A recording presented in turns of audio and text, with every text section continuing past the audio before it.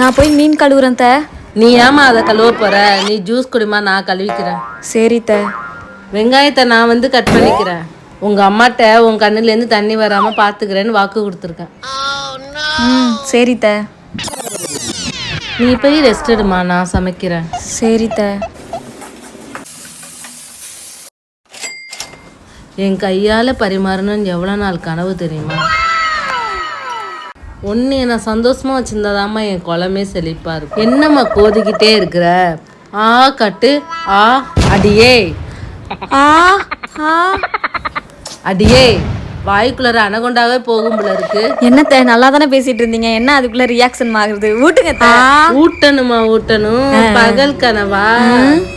அடியே 1:30 மணி ஆகுது, இன்னும் சமைக்க காணும். மருமகளுக்கு மாமியார் ஊட்டுறதா? இதெல்லாம் கனவுல தானே நடக்கும்.